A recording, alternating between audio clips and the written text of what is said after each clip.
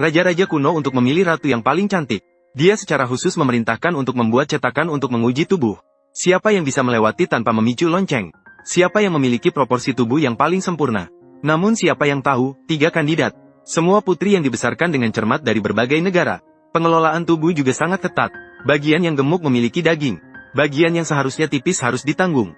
Sehingga semuanya berhasil melewati tes dengan lancar. Namun ini membuat raja kebingungan. Akhirnya dia harus mengatur tes kecerdasan berikutnya. Dia memerintahkan orang bijak untuk mendekati 3 putri. Kemudian dia memberikan pertanyaan yang paling sulit. Awalnya ingin membiarkan para putri bersaing dalam menjawab. Namun tanpa disangka, mereka semua memberikan jawaban mereka secara bersamaan. Dan menganalisis dari sudut pandang yang berbeda. Melihat para putri begitu cerdas, orang bijak pun tidak bisa berbuat apa-apa. Tidak disangka, raja justru menjadi tertarik.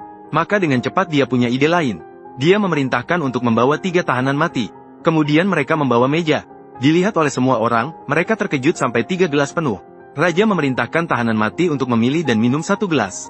Namun siapa yang tahu, pada detik berikutnya, tahanan mati di tengah-tengah tiba-tiba menekan lehernya dan jatuh marah. Putri konsor terkejut sampai teriak. Ternyata dari 3 gelas anggur tadi, salah satunya berisi racun. Jelasnya, sekarang giliran para putri. Namun raja justru menonton dengan santai.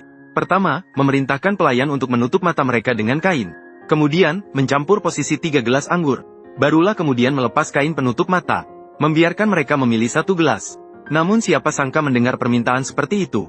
Putri Lorin di tengah malam menolak. Dia merasa raja hanya bermain-main dengan alasan memilih istri. Mempermainkan wanita. Namun raja tidak marah. Dia tersenyum sambil mengatakan sebelum ujian berakhir. Siapapun boleh keluar secara sukarela. Namun 2 putri yang tersisa memilih dengan tegas untuk melanjutkan. Dan yang pertama maju adalah putri konsort. Namun saat dia hendak mengambil gelas anggur, tiba-tiba terlintas sesuatu dalam pikirannya. Maka dia mengusulkan agar Cui-Cui datang terlebih dahulu kepada raja. Tak disangka, Cui-Cui langsung mengangkat gelas anggur yang baru diambilnya. Langsung meminumnya habis. Selesai dalam 1 teguk. Melihat Cui-Cui baik-baik saja, putri konsort gemetar tak bisa menahan diri. Dan saat dia hendak meminum gelas anggur itu, akhirnya kedua kakinya lemas. Dia menangis terseduh-seduh di atas meja. Sungguh memalukan. Namun, tanpa disangka, tindakan Cui-Cui selanjutnya membuat raja terkejut. Raja kuno menciptakan alat pemeriksaan tubuh. Siapapun yang bisa melewati tanpa terkena getaran, akan menjadi ratu. Namun, tak disangka 3 kandidat. Semua sangat memperhatikan tubuh mereka. Bagian yang seharusnya gemuk berisi daging. Bagian yang seharusnya kuat mampu bertahan. Semuanya berhasil melewati dengan lancar. Raja menjadi tertarik. Maka dia punya ide. Meminta untuk membawa 3 gelas anggur. Mengatakan salah satunya beracun. Biarkan mereka memilih. Siapa yang bertahan akan menjadi ratu. Namun, tanpa diduga, saat lawan ragu, Cui-Cui malah mengangkat 3 gelas anggur. Semuanya diminum sekaligus. Namun yang anehnya, Cui-Cui tidak menunjukkan tanda-tanda keracunan. Raja sangat terkejut. Bertanya bagaimana dia tahu anggur tidak diracuni. Namun, Cui-Cui menjawab, Anda bisa menjadi penguasa yang dihormati oleh seluruh rakyat. Tentu saja tidak akan membiarkan wanita yang tak bersalah. Setelah berkata begitu, dia menunjuk tahanan mati di tanah. Sekarang kamu bisa memberitahu pengawalmu. Kamu bisa berdiri sekarang. Dia melakukan dengan sangat baik. Ternyata Cui-Cui berubah menjadi kelopak bunga jatuh. Tahanan mati di tanah pun berdiri. Tanpa disadari, 3 ujian raja ini menguji kecantikan, kecerdasan, dan keberanian mereka secara berurutan. Jelas sekali Cui-Cui memiliki semuanya ini.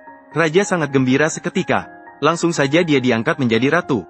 Namun pada saat itu raja tidak akan pernah terbayangkan bahwa ratu yang dia pilih dengan susah payah, tak lama kemudian, malah menempatkan topi hijau padanya.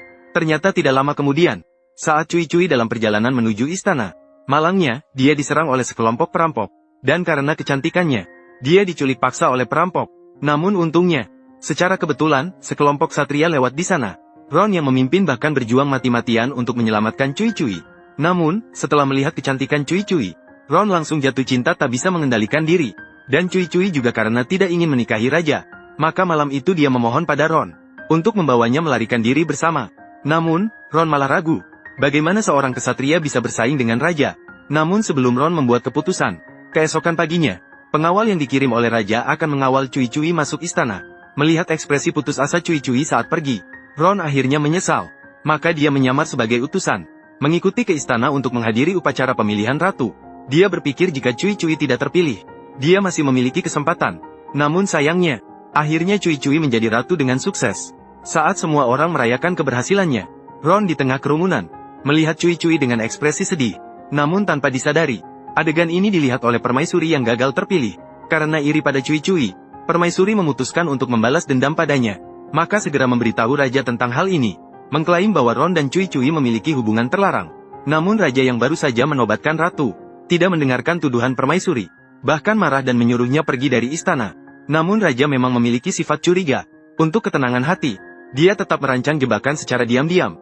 Dia memerintahkan pelayan untuk diam-diam mencari Ron, berbohong bahwa Sui-Sui memiliki urusan penting untuknya, mengatur pertemuan malam ini di istana tidur. Dan Ron benar-benar datang sesuai kesepakatan malam itu, membawa ratu ke istana tidur. Tanpa sadar Sui-Sui mengira Ron telah berubah pikiran. Keduanya terlalu terbawa emosi dan memeluk satu sama lain.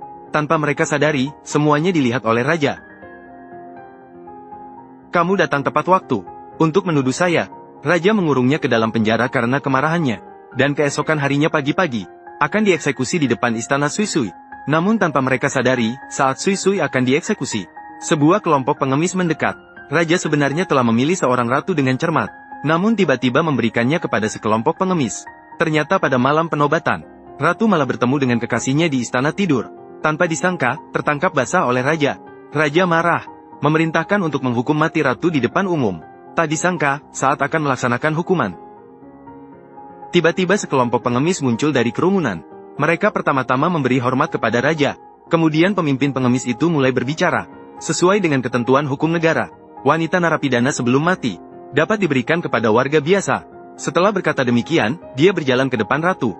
Dia menariknya dengan kasar, akan membawanya pergi di depan umum. Setelah raja memeriksa hukum besar, dia menemukan aturan semacam itu. Akhirnya, dia terpaksa memberikan ratu kepada mereka. Ratu berteriak dengan marah. Namun pengemis tidak peduli. Mereka menggendongnya dan pergi ke kejauhan. Mereka pikir pengemis akan mendapat keberuntungan. Namun sebelum mereka pulang, sebuah kelompok pengemis menghadang mereka dengan pisau. Pengemis mengunci pengemis di kuil tua. Mereka segera mendekat dan menculik ratu. Mereka membawa dia melarikan diri dari kota. Ternyata pengemis dikirim oleh Ron untuk menyelamatkan ratu. Karena takut akan ditemukan oleh raja, Ron segera memutuskan untuk melarikan diri dengan ratu. Namun tanpa mereka sadari, sebenarnya semuanya sudah dalam kendali raja. Sejak upacara penobatan, raja sudah mengetahui perselingkuhan mereka. Maka diam-diam memerintahkan seseorang untuk meracuni Ron. Saat ini racun dalam tubuh Ron mulai bereaksi, ditambah dengan rasa haus yang tidak tertahankan. Akhirnya tidak bisa bertahan lagi dan jatuh ke tanah. Terpaksa sang ratu pergi mencari sumber air sendirian. Namun ketika dia akhirnya menemukan sumber air, saat dia hendak membawa air kembali untuk Ron, tiba-tiba melihat raja muncul di depannya. Muncul di depan, dia menantang sang ratu dengan berkata, dalam 3 hari, dia akan kembali dengan sukarela ke istana, memohon maaf kepadanya. Namun sang ratu sudah mantap dengan keputusannya, bersumpah untuk tidak kembali ke sisi raja dengan segala cara. Namun raja seolah sudah memperhitungkan hal ini, langsung memberikannya sebuah kantong air dan sejumlah emas, lalu pergi tanpa berkata banyak. Awalnya sang ratu tidak terlalu memikirkannya, segera kembali membawa Ron melanjutkan perjalanan.